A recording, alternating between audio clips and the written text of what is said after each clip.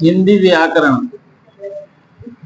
हम पढ़ रहे हैं संधि प्रकरण, और संधि प्रकरण में व्यंजन संधि, ठीक है। तो व्यंजन संधि में कल हमने दो नियम बताए। व्यंजन संधि कब होती है?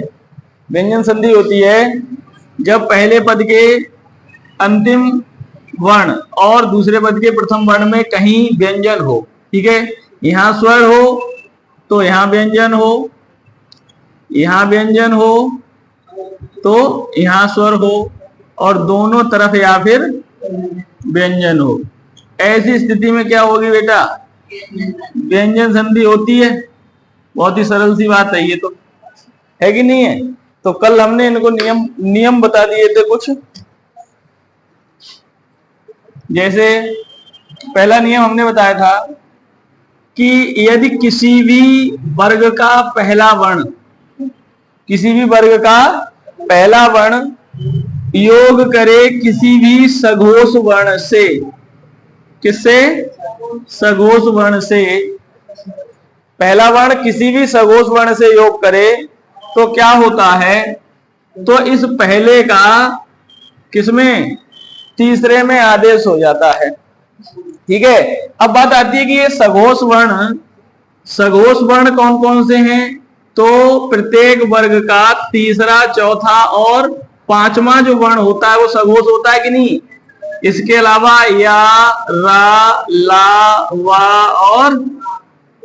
और हा, और इसके बाद आपका सभी स्वर, ठीक है, सभी स्वर। तो इन वर्णों में कोई वर्ण दिख जाए तो इनमें यहां देखना ही मात्र है, तो इस पहले वर्ण का अपने ही वर्ग का तीसरे में आदेश होगा, ठीक है। हम आपको कल उससे पहले ही बताए थे आदेश, आगम, लोप, प्रकृति भाव ये सब क्या है, ठीक है। पिछली तुम वीडियो देख लेना, उसमें सब बता दिया है। हाँ, सघोष वर्ण 3, 4, 5, और देखिए इसमें याद रखना है ये 5 वाला गोला हमने इसलिए किया, ये नियम अलग है। जब पहला, प्रत्येक वर्ग का पहला वर्ण अगर 5वें वर्ण से योग करेगा तो ये नियम नंबर 2 बताएंगे, वो है। और पहला नियम क्या कहता है कि पहला वर्ण प्रत्येक वर्ग का अगर सघोष वर्ण में, ये 5वें वर्ण को छोड़ के किसी से भी योग करे तो यह वाला जो वर्ण है पहला, तो अपने में तीसरे में आदेश होगा। जैसे का, चा, टा, ता, पा, यही तो पहले वर्ण है प्रत्येक वर्ग के, यही तो पहले वर्ण है। अभी बेटा तीसरे में जाएंगे, का, खा, गा, चा, चा, छा, जा, टा, ठा, डा, ता, था, दा और पा, फा, बा। तो कुल मिला के ये वर्ण आपको यहां मिलेंगे, ठीक है। और ये किस में बदल जाएंगे? इसमें। और इनमें कोई बदलाव नहीं होगा, इनको मात्र देखना भर है। पहला वर्ण अगर इनमें से योग कर रहा है किसी से तो पहले का तीसरा कर देना है। आप उदाहरण देखिए, उदाहरण में जैसे मैं आपको बता देता हूं, जैसे अजंत एक उदाहरण दिया था कल, दिया था, है ना। अजंत, अजंत माने बेटा अगर हम इसका संधि विच्छेद करें, देखिए अभी तक मैं स्वर संधि आपको पढ़ाया तो दोनों तरफ स्वर हुआ करते थे, अब एक तरफ तो व्यंजन होना ही है। अब बेटा हम इसको अगर तोड़ेंगे तो ये जा तीसरा वर्ण किया है, तो तीसरा वर्ण किसका हुआ होता है? चा का, तो इसका मतलब इधर क्या हो जाएगा? अच, ठीक है। अब देखो इसमें कौन सा स्वर जुड़ा है? आ जुड़ा है, तो क्या हो जाएगा? अंत, शाबाश। तो अच धन अंत, अच धन अंत। अजंत का मतलब है अच क्या होता है? अच क्या होता है? आ, ई, उ, री, ए, ओ, ऐ, औ, है ना। ये सब क्या है? सभी स्वर अच में ही तो आते हैं। अरे संस्कृत में आप पढ़े नहीं है? अयोंग, अयौच, है ना। ये यहां तक के जितने भी आपके माहेश्वर सूत्र हैं ये चारों से बना हुआ अच कहलाता है कि नहीं? तो ये प्रत्याहार है। तो अजंत माने जिसके अंत में क्या हो? स्वर हो, तो वो क्या कहलाएगा? अजंत कहलाएगा। तो चा का बेटा आदेश किसमें होगा? यहाँ देखिए सघोष है कि नहीं है? है सघोष, यहाँ पर सघोष है। सघोष माने सभी स्वर में से कोई एक हो तो है भैया, यार अलावा हा में से कोई हो है भैया, या 3, 4 में से कोई हो, तो माने सभी तो नहीं दिए होंगे, एक स्वर दिया। अब चा का क्या हो जाएगा बेटा, जा हो जाएगा, ठीक है, ये हो जाएगा अज धन अंत। अब मिला के क्या लिख देंगे आप, अजंत। ऐसे ही बहुत से उदाहरण बताए थे और बहुत से यहां पर समझाए भी थे, वो आप बाद में देख लीजिएगा। अब दूसरा, ये नियम नंबर बेटा हो गया कौन सा, पहला। अब मैं दूसरे पे बात करता हूं, नियम नंबर 2। नियम नंबर 2 क्या कहता है, नियम नंबर 2 ये बताता है कि जब किसी भी वर्ग का पहला वर्ण आपका किसी भी वर्ग के 5वें वर्ण से योग कर जाए तो ये क्या हो जाएगा, ये पहले का क्या हो जाएगा, 5वां ही हो जाएगा, अपने ही वर्ग का। यहां कोई भी वर्ण हो, किसी भी वर्ग का कोई भी वर्ण हो, माने 5वां कोई भी वर्ण हो, माने किसी भी वर्ग का, तो ये जो वर्ण है इसका अपने ही वर्ग का 5वां होगा। जैसे का, खा, गा, गा, गा। अब मान लो यहां पे पहला वर्ण है आपका, मैं यहां समझाने की कोशिश कर रहा हूं, यहां पहला वर्ण है आपका का, दूसरा चा, छा, सॉरी टा और ता और पा। तो ये पहले का 5वें में किस में जाएगा, गा, ठीक है, चा का यहां, टा का अणा, ता का ना और पा का मा। तो इनमें आदेश होगा पहले का 5वें से। ये बात समझ में आ रही है। हाँ, अब देखो, जैसे उदाहरण देख लेते हैं बेटा जी। जैसे हमने कहा सतधन नारी, सतधन नारी, है ना, सतधन नारी। अब ये ता है कि नहीं, ये ता, और ता का आदेश जो हम करेंगे अपने ही 5वें वर्ण में करेंगे। यहां आपका कोई भी वर्ण 5वां होना चाहिए, चाहे का वर्ग का, चा वर्ग का, टा वर्ग का, ता वर्ग का, पा वर्ग का, किसी वर्ग का। यहां पे आपको 5वां वर्ण दिख रहा है तो आप यहां पे जो वर्ण है उस वर्ग का 5वां कर दीजिए। माने ता का क्या हो जाएगा, ना, तो बेटा ये मिलके क्या हो जाएगा, सन्नारी हो जाएगा कि नहीं, अरे बोलो, हो जाएगा सन्नारी। हाँ, तो ये है। मेरी बात समझ रहे हैं, नहीं समझ रहे हैं, बताइए, ठीक है। तो ऐसे ही मैंने कल इनको बहुत से उदाहरण बताए थे और समझाया था, ठीक है। आज एक अगला नियम है वो समझाते हैं, मिटा दें इसको।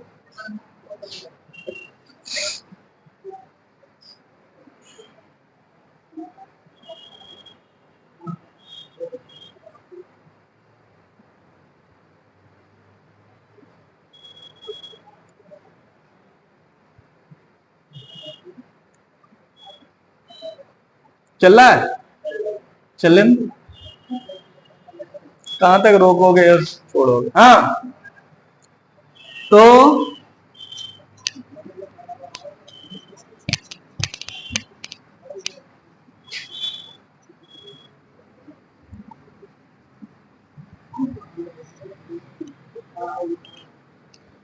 देखो बेटा जी, अब बात करेंगे हम अगले नियम पे। नियम अगला है हमारा, उदाहरण में कोई शब्द ले रहे हैं। जैसे एक शब्द है बाघरी या बाघरी, ठीक है, सिद्धांत या सिद्धांत। अब आप एक बात बताइए, इसको पढ़िए क्या लिखा है, ये घाघरी बनी है, इसको पढ़िए क्या लिखा है, बाघरी। इसको भी पढ़िए बाघरी, मतलब बोलने में तो एक जैसा ही लग रहा है ना, बाघरी बाघरी। सिद्धांत सिद्धांत। जब इसको हम दा और धा को मिला के पढ़ें या दा और हा को मिला के पढ़ें, या इधर हम गा और घा को या गा और हा को मिला के पढ़ें, उच्चारण एक जैसा ही है कि नहीं, बाघरी बाघरी, सिद्धांत सिद्धांत। अब देखिए यहां एक नियम है कि यदि किसी भी वर्ग का पहला वर्ण आपका, किसी भी वर्ग का पहला वर्ण आपका किससे, किसी भी सघोष वर्ण से योग करे, किससे करे, सघोष वर्ण से, है ना, उस स्थिति में आपका पहले का, मेरी बात समझनी है यहां पे, जो पहले का जो आदेश होगा वो आपका किसमें होगा, तीसरे में। पहले का आदेश किसमें होगा, तीसरे में होगा, ठीक है, मेरी बात समझ लेना। और जो आपका हा है, यहां पर कौन सा सघोष में कौन सा वर्ण है, हा, यहां पर कौन सा वर्ण है, हा, मेरी बात समझ लेना। आपको भी बताएंगे। यहां पे आपका कौन सा वर्ण होगा? हा। तो ये जो आदेश होगा, ये वाला जो हा वाला, ये किस में जाएगा? ये जाएगा आपका घा में। मेरी बात समझ रहे हैं? माने अपने ही चौथे वर्ण में। किस में जाएगा? अपने ही चौथे वर्ण में जाएगा। अब मैं ये कह दूं यहां गा है तो ये घा में जाएगा, अगर दा है तो धा में जाएगा। ये बात समझ में नहीं आई? कोई बात नहीं, दोबारा समझते हैं, ठीक है। अगर ऐसे मान लो सगोद वर्ण में हा आता है कि नहीं? नियम है कि इधर अगर आपका पहला वर्ण आपका हा से योग करे, ऐसे मान लो, किससे योग करे बेटा? हा से। और यह जो पहला वर्ण है यह अपने में किस में जाएगा? तीसरे में, ठीक है, तीसरे में। और यह जो हा है, हा के स्थान पर आप क्या कर देंगे? इस वर्ग का यह वर्ण है उसी का क्या हो जाएगा? चौथा वर्ण आदेश होगा, या आपका क्या हो जाएगा? हा होगा। अब देखिए उदाहरण देंगे तो आपको समझ में आएगा। चीजें इसलिए क्लियर नहीं हो रही है कि ये त्रिकोण सा बन गया है, कोई बात नहीं। अभी तक देखिए, अब मैं इसको लेता हूं बेटा, बाक धन हरि, इसकी संधि विच्छेद होगी बेटा जी, बाक धन हरि। अब आपको उदाहरण से बिल्कुल क्लियर हो जाएगा, बाक धन हरि। अब मैं का बेटा है कि नहीं? का तीसरा वर्ण क्या होगा? का खा गा हो जाएगा बेटा जी कि नहीं? बोलिए, गा हो गया। अब यही वर्ग का इधर क्या होगा? हाँ, हा के स्थान पर इसी वर्ग का कौन सा होगा? चौथा। का चौथा क्या होगा? घा। तो या आप घा कर दे या मेरे बच्चे यहां हा कर दे। मेरी बात समझ रहे हैं? तो आप इसको लिखेंगे जब, तो आप क्या लिखेंगे? एक या तो घरी लिखेंगे या हरी लिखेंगे। तो आप बाघ घरी हो जाएगा कि नहीं? बताइए, बाघ घरी हो जाएगा बेटा जी कि नहीं? या आपका हा से लिखेंगे तो बाघ हरी हो जाएगा। यह बात समझ में आएगी नहीं? वैसे तो आप अगर हा दिख जाए तो आप ऐसा लिखिएगा, ठीक है, घा करके लिख देंगे तो सही है। हाथ तो जब है तो हाथ को हा का प्रयोग आप मत करिए। तो कुल मिला के ये आपको नियम समझ में आया कि चाहे तो हम भाषा लिख दें, और अन्य की मैं भाषा पहले लिख चुका हूं इसलिए नहीं लिखी, चाहे तो मैं इसकी लिख दे रहा हूं, लिख दूं। चलिए, किसी भी वर्ग का, है ना, प्रथम वर्ण यदि हा वर्ण, हा सघोष वर्ण कह दें, हा सघोष वर्ण से योग करे तो प्रथम वर्ण का हाँ अपने ही, यह बात याद रखना है, अपने ही वर्ग के तीसरे वर्ण में आदेश एवं उस हा का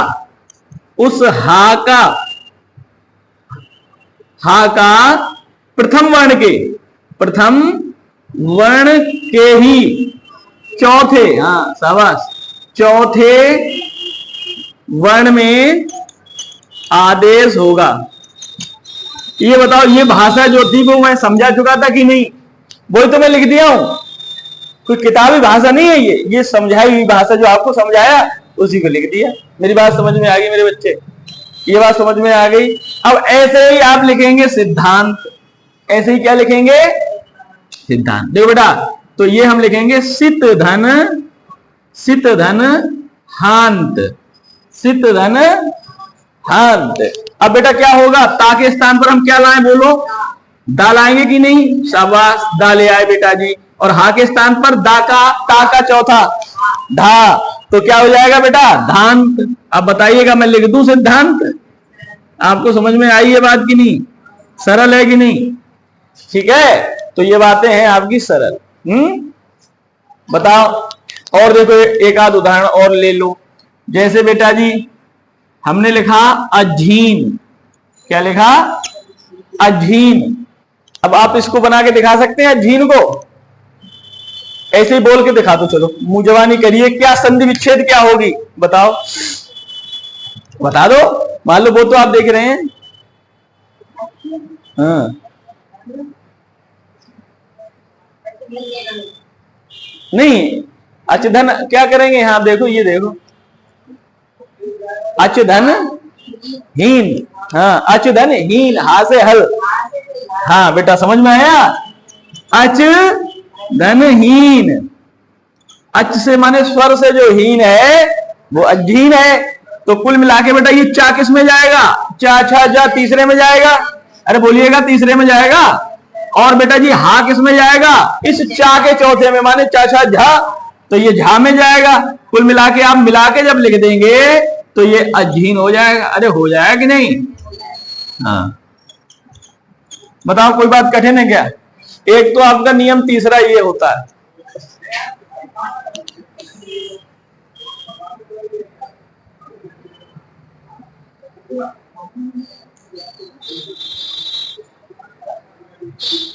ठीक है। ऐसे ही बताओ, एक और देख लेते हैं। उद्धार, उद्धार, उद्धार, ऐसे उदाहरण और नियम ये रेयर वाले हैं, कम मिलते हैं आपको, लेकिन आने दीजिए। अब आपको संधि विच्छेद ही नहीं करनी आएगी और तो सब हो जाएगा। उद्धार का बताओ। हाँ समझ रहे हैं ना, उत धन हार। अब आप बताओ, अगर और कोई होगा तो उत तन धार कर सकता है ना। इधर उत्थान, हाँ उत्थान का देखो ऐसा है, उत्थान का तो आपका अलग नियम आपको पढ़ाएंगे अभी, है ना। अभी जितना पढ़ा है उतने भी ध्यान देते रहो। हाँ तो ता का बेटा किस में जाएगा, दा में, और हा का किस में जाएगा, धा में। मिला के क्या लिख देंगे, उद्धार हो जाएगा। अरे बताओ हो जाएगा कि नहीं, बड़ा सरल है कि नहीं। अगला नियम आपको बताते हैं, मिटा देंगे, मिटा दे रहे हैं बेटा, है। हाँ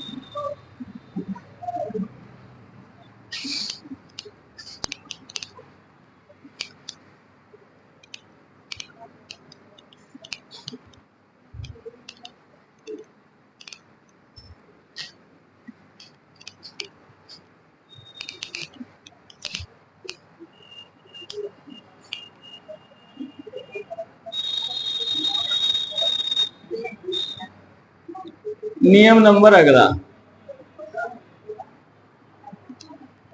4। देखिए एक शब्द होता है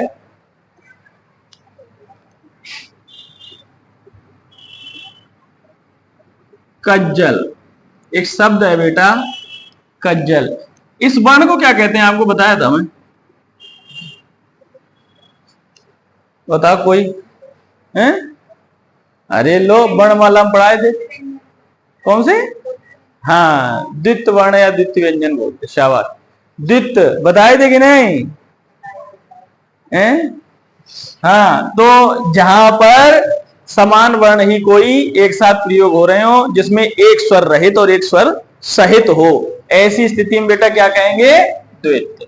तो ये है शब्द, क्या लिखा है आपका, कज्जल। क्या लिखा है, कज्जल लिखा है। देखिए इसका भी एक नियम है, ठीक है, कज्जल का भी अपना एक नियम है। कज्जल नहीं, कज्जल का बाद देखते हैं। कग्गज है, क्या है बेटा, कग्गज, क्या है, कग्गज, ठीक है।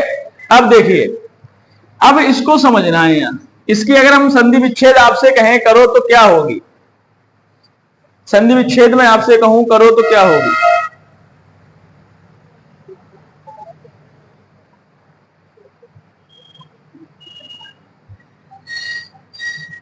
बताओ। ऐसी स्थिति है यहां कि यदि यहां पर किसी भी वर्ग का चौथा वर्ण हो, क्या हो बेटा, अभी आपको बताएंगे, बहुत से उदाहरण भी देंगे। यहां पर अगर किसी भी वर्ग का कौन सा वर्ण हो, चौथा वर्ण हो, ये संधि विच्छेद की बात कर रही है, संधि विच्छेद करते हैं तब पता चलता है चौथा तीसरा वर्ण। यहां और यहां पर आपका तीसरा या चौथा कोई भी वर्ण हो किसी भी वर्ग का, यहां किसी वर्ग का चौथा वर्ण हो और यहां किसी भी वर्ग का तीसरा या चौथा कोई भी वर्ण हो, ऐसी स्थिति में ये जो चौथा वर्ण है अपने ही किसमें आदेश करेगा, तीसरे में आदेश करेगा। समझ में आया, उदाहरण से समझ में आ जाएगा। यहां किसी भी वर्ग का चौथा वर्ण और यहां तीसरे चौथे में से कोई भी हो, तीसरे चौथे में से कोई भी हो, तो यहां चौथे का किसमें आदेश होगा, तीसरे में आदेश होगा। तो कुल मिला के हम देख लेते हैं बेटा। अब यहां पर आप बताइए, ये गा है, क्या है? गा। तो गा का चौथा क्या होता है? गा। तो यहां क्या होगी? क घ धन गज, क घ धन गज। इतनी बात समझ में आई? अब बेटा जी यहां हमने देख लिया तीसरा है, किसी भी वर्ग का तीसरा वर्ण है कि नहीं? तीसरा, चौथे में से कोई हो, तीसरा है। अब हम क्या करेंगे, इस वर्ण का तीसरा कौन सा होता है? गा। अरे होता है कि नहीं होता है? होता है। अब हम इसमें गज जोड़ देंगे तो क्या हो जाएगा? कगज हो जाएगा। चलो सॉरी, कगज हो जाएगा। चलो बुद्ध का करके दिखाओ, संधि विच्छेद करके दिखाना है।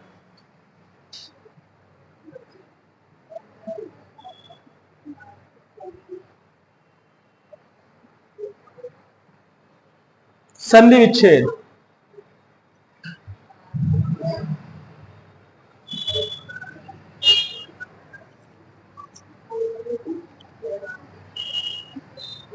करो। अरे कुछ तो बोलो, गलत सलत बोला करो पहले, सही तो अपने आप हो जाता है। बोलो, गलत बोलो।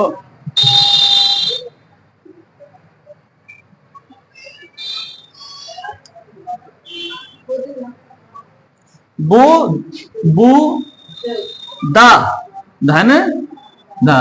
बताओ सही है जैसी? हाँ, यहाँ क्या बता रहा है? धा होगा। तो चौथे गई तो तीसरा होगा। तो आप दा बोले तो बेटा जी ये होगा बुध धन धा, ये होगा ना। तो अब इस चौथे का ही तो तीसरा होगा, तो अभी बेटा दा हो जाएगा। ये आपका अबू है ही, ये धा मिला के क्या हो जाएगा? बुद्ध हो जाएगा। ऐसे ही बुद्धि, ऐसे ही शुद्धि, ऐसे शुद्ध, ऐसे युद्ध। युद्ध का क्या होगा? हाँ, युद्ध का क्या होगा? युद्ध का भी होगा युद्ध। ये याद रखना है बेटा, और कुछ नहीं होता है। ये संधि विच्छेद अगर पूछ लेगा तो ज्यादातर लोगों की गलत इसलिए जाएगी कि आपको नियम नहीं पता है। आप युद्ध में क्या करेंगे? युद्ध धन धा कर देंगे। ज्यादातर लोग ऐसे तो कर देंगे, लेकिन गड़बड़ युद्ध धन धा। ठीक है? हाँ, या योद्धा। योद्धा में क्या होगा? योध धन धा। आपको ये बात समझ में आ गई? कौन से? ये नहीं नहीं, वो सही कह रहे हैं आप, हम यहाँ लगा नहीं रहे हैं, यहाँ तो लगाया है। यहाँ पे ये, यहाँ पे जो होते हैं, रुक जाना है। हाँ, ये जो यहाँ पे है ना जोड़ रहे हैं, ये भी ढाई है, आधा ही है। ठीक है? अब ये नीचे आएगा तो ये आधे दाम में आएगा। ठीक है? आएगा कि नहीं आएगा? तो योद्धा हो जाएगा। ये किस में आएगा? ये भी दा में आएगा, तो ये भी क्या हो जाएगा? युद्ध हो जाएगा। समझ रहे हैं ना आप ये बात? है ना? नियम क्या लिखूं, क्या समझना है? लिख दूं इसको भी, ऐसे लिख दे भाषा। ठीक है, तो यहां लिखेंगे किसी भी वर्ग का, किसी भी वर्ग का चौथा वर्ण, चौथा वर्ण किसी भी तीसरे या चौथे वर्ण से योग करे तो, करे तो, है ना, उस, है ना, तो उस चौथे वर्ण का ना, तो उस चौथे वर्ण का अपने ही, अपने ही, हाँ, अपने ही वर्ग के तीसरे वर्ण में आदेश होता है। हाँ स्पीड की वजह से कर लो। समझ में आया?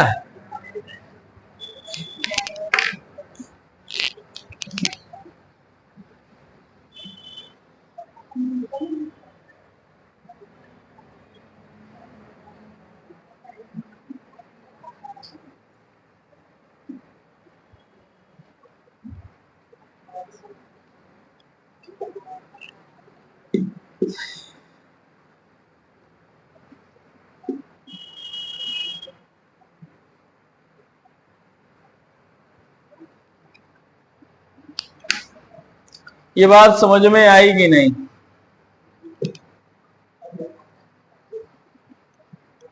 मिटा दें। नियम नंबर 4,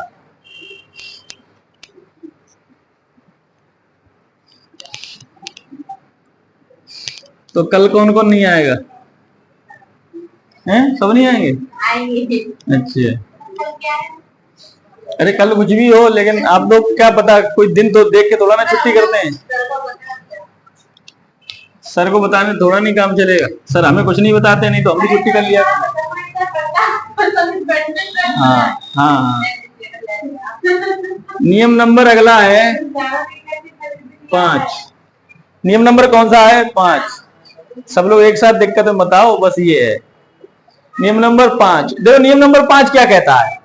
अब जैसे एक शब्द है बेटा जी, मृणमयी, कहीं कहीं आपको देखने को मिलेंगे। ये बे शब्द है, अभी मैं उन पे बात कर रहा हूं, है ना। व्यंजन संधि में जो शब्द ज्यादातर मतलब रेयर केस में पूछे जाते हैं, लेकिन इनकी जानकारी होना इसलिए जरूरी है जब कठिन परीक्षाएं की जाती हैं कि भाई कैंडिडेट बहुत हैं, है ना, अब कैसे हम वो करें, तो उसमें कुछ ना कुछ ऐसा रखा जाता है जहां समस्याएं हो। तो मृणमयी ये शब्द है एक मृणमयी, अगर इसकी संधि विच्छेद कराई जाए तो क्या होगा बताओ, सोच के बताना है, जल्दबाजी कुछ नहीं करना। और वैसे तो नियम नहीं पता होगा तो नहीं बता पाओ। ये अणकार किसके स्थान पर हुआ है? बता तो सकते हो वैसे, जैसे ही तो बता देंगे। नहीं, देखो जैसे हम बात कहें, ये मृणमयी से यहां पर है मिट्टी में, मिट्टी में मृद, ता की जगह दा होगा, क्या होगा? दा। ठीक है। अब देखो यहां पर एक नियम है बेटा, क्या नियम है? क्या नियम है? यदि लिख दे रहा हूं, यदि, है ना, यदि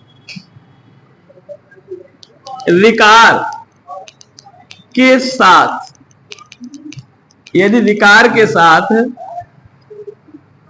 ठीक है, इसकी संधि विच्छेद होगी मृद धन मई। ठीक है, यदि विकार के साथ दावण हो, दावण हो, तो उस दावण का संधि होने पर णकार में आदेश होता है। यह बात समझ में आई कि नहीं? अभी नहीं समझ में आई सर जी, पहले समझाओ तो ये बात सही है। तो देखो बेटा जी, ये है मृण, ये है मई। अब हम कहेंगे इसको मृदमयी, मृदा तो समझते ही हैं, मृदा। अब ये है मृद, दा का हमने कहा जब विकार और दा एक साथ प्रयोग हो, ठीक है, यदि विकार के साथ दावण हो, ठीक है, या हम ऐसे कहते सकते हैं री के साथ कहीं अगर दा भी आ रहा है, तो ये जो दा है वो णकार माने णा में परिवर्तित हो जाएगा। तो अब ये दा है, ये तो मेरे है ही, ये णा में आ जाएगा, ये मई हो ही रहा है। ठीक है, मेरी बात समझ रहे हैं? तो ये क्या हो जाएगा? मृणमयी। ठीक है, मृणमयी। ठीक है, अब जैसे मृणमयी, मृदमयी, मृणमयी ये शब्द बन जाते हैं। मृद मूर्ति यानी मिट्टी की मूर्ति। ठीक है, सही है। इसमें और उदाहरण जैसे मृणमय, मृणमय या मृणमूर्ति। ठीक है, तो आप अणा का मतलब क्या समझेंगे? यहाँ दा, यहाँ मृद मूर्ति, मृद धन मूर्ति, मृद धन मई, मृद धन में। ठीक है, ये नियम हो गया।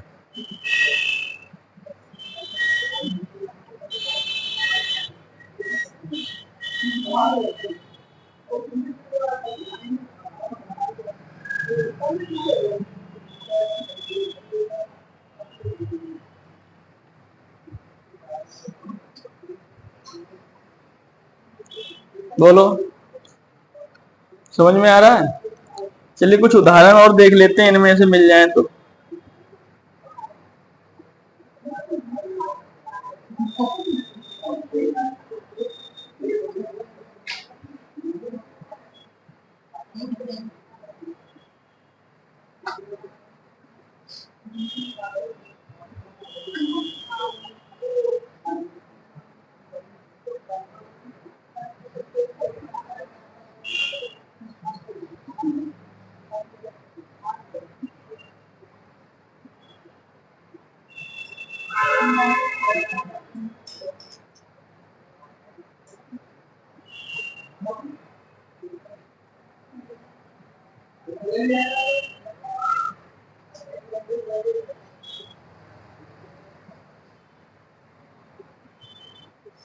चलो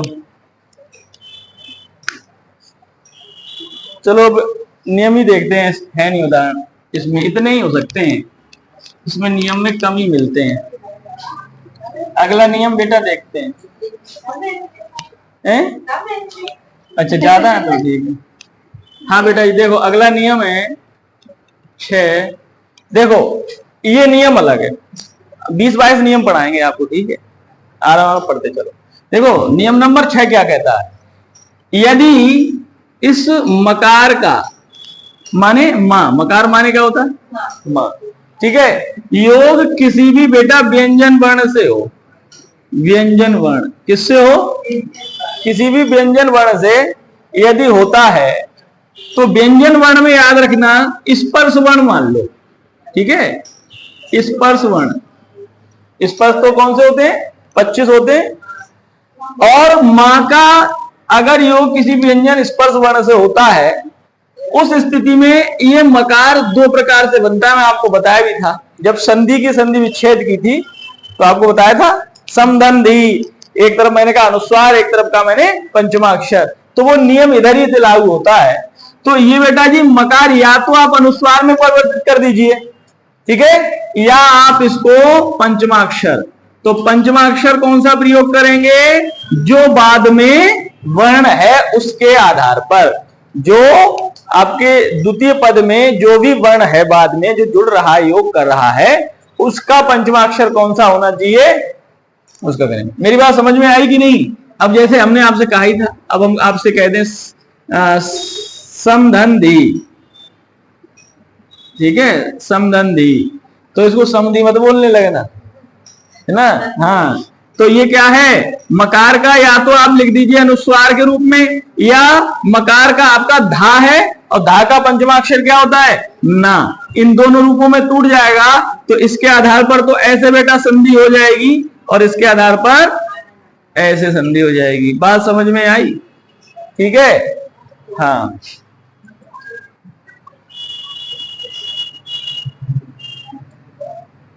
बात समझ में आई। अब जैसे एक उदाहरण होता है संकलन, क्या उदाहरण होता है संकलन, हाँ तो इसकी हम संधि विच्छेद करें तो समधन कलन।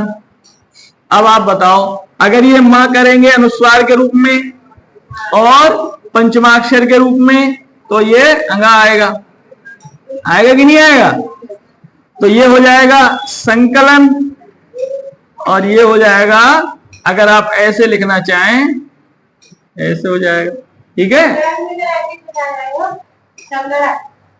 हाँ बिल्कुल समधन गणक, ठीक है, संगणक भी हो जाएगा, और भी बहुत से उदाहरण हो जाएंगे।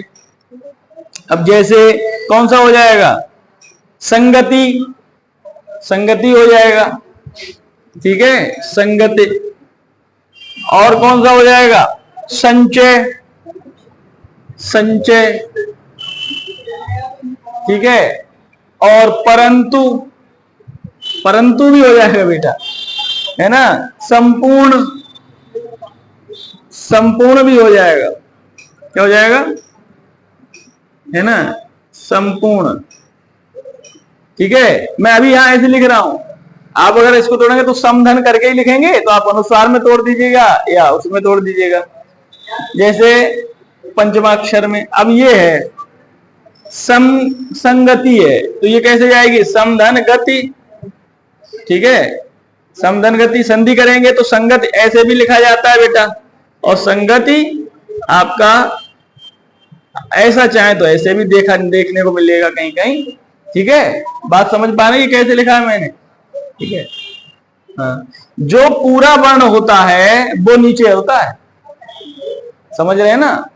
हाँ, भारी चीज ही तो नीचे होती है, तो ये बात समझ रहे हैं? तो ये उदाहरण और अन्य उदाहरणों में से हो जाएंगे इस नियम के। ठीक है, तो कुल मिला के ये चीजें हैं, आप लोग देखिएगा इनको और घर पे पढ़िएगा। ठीक है, और कोशिश करिएगा कि चलता रहे क्लास। ठीक है, तो आप लोग कल और कोशिश करना ढूंढ के लाने का, प्रश्न ढूंढ के लाइएगा कल। ठीक है, हाँ, पढ़ाने से पहले आपको पहले जो भी आपके डाउट होंगे वो बताएंगे, उसके बाद शुरू करेंगे। समझ रहे नहीं? और कल वो पिछला वाला जरूर देख लेना, वो तब ज्यादा समझ में आ जाए। उसमें भी हमने भाषा लिख दी है आपकी, सही है? ऐसे करके जो भाषा लिखाए थे उसमें लिखिए, आज कहाँ लिखाए थे पहले 2 में।